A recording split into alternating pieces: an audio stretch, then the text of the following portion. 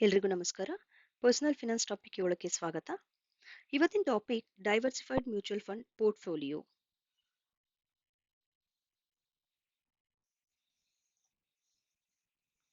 So ಇದು ಯಾವ ರೀತಿ ಕ್ರಿಯೇಟ್ ಮಾಡೋದು ಅಂತ ಸ್ಟೆಪ್ ಬೈ ಸ್ಟೆಪ್ ತಿಳ್ಕೊತಾ ಹೋಗೋಣ ಇವತ್ತು. ನಾವು ಯಾಕೆ ಡೈವರ್ಸಿಫೈಡ್ ಪೋರ್ಟ್ಫೋಲಿಯೋ ಕ್ರಿಯೇಟ್ ಮಾಡಬೇಕು ಅಂದ್ರೆ, ನಾವು ಮುಂಚೆ ಹೇಳಿರೋ ಹಾಗೆ ನಮ್ಮ ಎಲ್ಲಾ ಹೂಡಿಕೆನೂ ಒಂದೇ ರೀತಿಯಾದ ಫಂಡ್ಸ್ಗಳ ಮೇಲೆ ಇನ್ವೆಸ್ಟ್ ಮಾಡದೆ ಬೇರೆ ಬೇರೆ ರೀತಿಯಾದ ಫಂಡ್ಸ್ಗಳ ಮೇಲೆ ಇನ್ವೆಸ್ಟ್ ಮಾಡೋದ್ರಿಂದ ಲಾಸ್ ಆಗುವಂತ ಚಾನ್ಸಸ್ ಕಡಿಮೆ ಇರುತ್ತೆ. ಈಗ ಮೊದಲನೇ ಸ್ಟೆಪ್ ಏನು ಅಂತ ನೋಡೋಣ. ನಾವು ಇನ್ವೆಸ್ಟ್ಮೆಂಟ್ ಯಾಕೆ ಮಾಡ್ತಾ ಇದೀವಿ ಅಂತ ನಮ್ಗೆ ಗೊತ್ತಿರಬೇಕು. ಮೊದಲನೇದಾಗಿ ಅಂದ್ರೆ ನಮ್ಮ ಹೂಡಿಕೆಗೆ ಒಂದು ನಿರ್ದಿಷ್ಟವಾದ ಗುರಿ ಇರಬೇಕು. ಅದು ಲಾಂಗ್ ಟರ್ಮ್ ಆದ್ರೂ ಆಗಿರ್ಬೋದು, ಶಾರ್ಟ್ ಟರ್ಮ್ ಆದ್ರೂ ಆಗಿರ್ಬೋದು. ಎರಡನೇ ಸ್ಟೆಪ್ಪು ನಮ್ ರಿಸ್ಕ್ ಪ್ರೊಫೈಲ್ ನಮ್ ಏಜ್ ಮತ್ತೆ ನಮ್ ಗೋಲ್ಗೆ ಮ್ಯಾಚ್ ಮಾಡಿ ಯಾವ ರಿಸ್ಕ್ ಪ್ರೊಫೈಲ್ಗೆ ಸೂಟ್ ಆಗ್ತೀವಿ ಅಂತ ಡಿಸೈಡ್ ಮಾಡಬೇಕು. ಯಾವ್ಯಾವ ರಿಸ್ಕ್ ಪ್ರೊಫೈಲ್ ಇದೆ ಅಂತ ನಿಮ್ಗೆ ಆಲ್ರೆಡಿ ತಿಳಿದಿದೆ ಅಂತ ಭಾವಿಸ್ತೀನಿ. ಮೊದಲನೇದು ಕನ್ಸರ್ವೇಟಿವ್ ಪ್ರೊಫೈಲ್, ಹಾಗೆ ಎರಡನೇದು ಮಾಡರೇಟ್ ಪ್ರೊಫೈಲ್, ಮೂರನೇದು ಅಗ್ರೆಸಿವ್ ಪ್ರೊಫೈಲ್. ಸೊ ನಮ್ ರಿಸ್ಕ್ ಪ್ರೊಫೈಲ್ ಕನ್ಸರ್ವೇಟಿವ್ ಪ್ರೊಫೈಲ್ ಆದ್ರೆ ಜಾಸ್ತಿ ನಾವು ಡೆಪ್ತ್ ಫಂಡ್ಗಳ ಮೇಲೆ ಇನ್ವೆಸ್ಟ್ ಮಾಡಬೇಕು.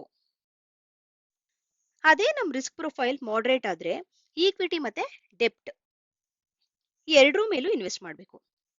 ಅದೇ ನಮ್ ರಿಸ್ಕ್ ಪ್ರೊಫೈಲ್ ಅಗ್ರೆಸಿವ್ ಆದ್ರೆ ಈಕ್ವಿಟಿ ಫಂಡ್ಸ್ಗಳ ಮೇಲೆ ಜಾಸ್ತಿ ಇನ್ವೆಸ್ಟ್ ಮಾಡಬೇಕು. ಮೂರನೇ ಸ್ಟೆಪ್ ಏನು ಅಂತ ಹೇಳೋದಾದ್ರೆ, ನಾವು ಸ್ಟೆಪ್ 1 ಮತ್ತೆ ಸ್ಟೆಪ್ 2 ಎರಡನ್ನೂ ಕನ್ಸಿಡರ್ ಮಾಡಿ ನಮ್ ಗೋಲ್ ಮತ್ತೆ ರಿಸ್ಕ್ ಪ್ರೊಫೈಲ್ಗೆ ಮ್ಯಾಚ್ ಮಾಡಿ ಈ ಕೆಳಗಿನ ಫಂಡ್ಸ್ಗಳನ್ನ ಚೂಸ್ ಮಾಡಬೇಕು. ಲಾಂಗ್ ಟರ್ಮ್ ಗ್ರೋತ್ಗೆ ಆದ್ರೆ ಈಕ್ವಿಟಿ ಫಂಡ್ಸ್ಗಳನ್ನ ಸೆಲೆಕ್ಟ್ ಮಾಡಬೇಕು.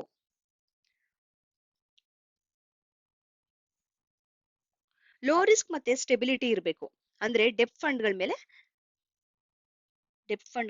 ಸೆಲೆಕ್ಟ್ ಮಾಡಬೇಕು. ಸ್ವಲ್ಪ ರಿಸ್ಕ್ ಆದ್ರೂ ಪರವಾಗಿಲ್ಲ ಅನ್ನೋರು ಹೈಬ್ರಿಡ್ ಫಂಡ್ ನ ಸೆಲೆಕ್ಟ್ ಮಾಡಬೇಕು. ಮ್ಯೂಚುವಲ್ ಫಂಡ್ ಎಕ್ಸ್ಪೆನ್ಸ್ ರೇಷಿಯೋ ಜಾಸ್ತಿ ಅಂತ ಅನ್ನೋರು ಇಂಡೆಕ್ಸ್ ಫಂಡ್ ನ ಸೆಲೆಕ್ಟ್ ಮಾಡಬಹುದು. ಜಾಸ್ತಿ ರಿಸ್ಕ್ ತಗೊಂಡು ಪರವಾಗಿಲ್ಲ, ಜಾಸ್ತಿ ರಿಟರ್ನ್ಸ್ ಬರಬೇಕು ಅಂತ ಹೇಳೋರು ಸೆಕ್ಟರ್ ಫಂಡ್ ನ ಸೆಲೆಕ್ಟ್ ಮಾಡಬೇಕು. ನಾಲ್ಕನೇ ಸ್ಟೆಪ್ಪು ಏನಂತ ಹೇಳಿದ್ರೆ ಅಲೋಕೇಟ್ ವೈಸ್ಲಿ.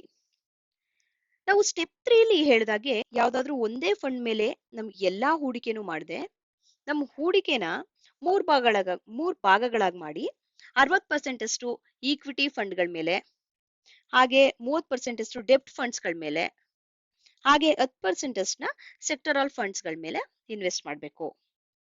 ಸೊ ನಮ್ ರಿಸ್ಕ್ ಪ್ರೊಫೈಲ್ ಮತ್ತೆ ಗೋಲ್ಗೆ ಈ ರೇಷಿಯೋ ಮ್ಯಾಚ್ ಆಗುತ್ತಾ ಅಂತ ಚೆಕ್ ಮಾಡ್ಕೋಬೇಕು ಒಂದ್ಸಲ.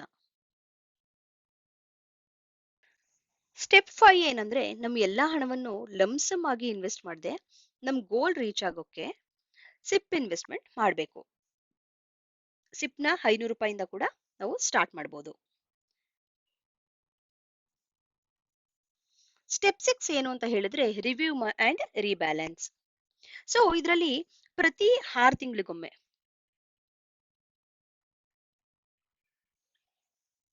ನಮ್ ಪೋರ್ಟ್ಫೋಲಿಯೋಲಿ ಇರುವಂತ ಎಲ್ಲಾ ಫಂಡ್ಸ್ಗಳನ್ನ ಪರ್ಫಾರ್ಮೆನ್ಸ್ ರಿವ್ಯೂ ಮಾಡಿ ಅವಶ್ಯಕತೆ ಇದ್ರೆ ರೀಬ್ಯಾಲೆನ್ಸ್ ಮಾಡ್ತಾ ಇರಬೇಕು. ಇದು ನಮ್ ಗೋಲ್ ರೀಚ್ ಆಗೋಕೆ ಸಹಕಾರಿಯಾಗುತ್ತೆ. ನೋಡಿದ್ರಲ್ಲ ವೀಕ್ಷಕರೇ, ಒಟ್ಟಾರೆಯಾಗಿ ಈ 6 ಸ್ಟೆಪ್ಸ್ ಫಾಲೋ ಮಾಡಿ ನಾವು ಒಂದು ಡೈವರ್ಸಿಫೈಡ್ ಪೋರ್ಟ್ಫೋಲಿಯೋ ಕ್ರಿಯೇಟ್ ಮಾಡಿ ಅದ್ರ ಮೂಲಕ ಇನ್ವೆಸ್ಟ್ ಮಾಡಿ ನಮ್ ಗೋಲ್ನ ರೀಚ್ ಆಗ್ಬೋದು. ಇದೇ ರೀತಿ ಇನ್ನಷ್ಟು ಪರ್ಸನಲ್ ಫಿನಾನ್ಸ್ ಟಾಪಿಕ್ಸ್ ಗಳ ಬಗ್ಗೆ ತಿಳ್ಕೊಳ್ಳಲು ನಮ್ಮ ಚಾನೆಲ್ನ ಶೇರ್ ಅಂಡ್ ಸಬ್ಸ್ಕ್ರೈಬ್ ಮಾಡಿ, ಹಾಗೆ ನಿಮ್ಮ ಫ್ಯಾಮಿಲಿ ಫ್ರೆಂಡ್ಸ್ಗೆ ಶೇರ್ ಮಾಡಿ. Thank you.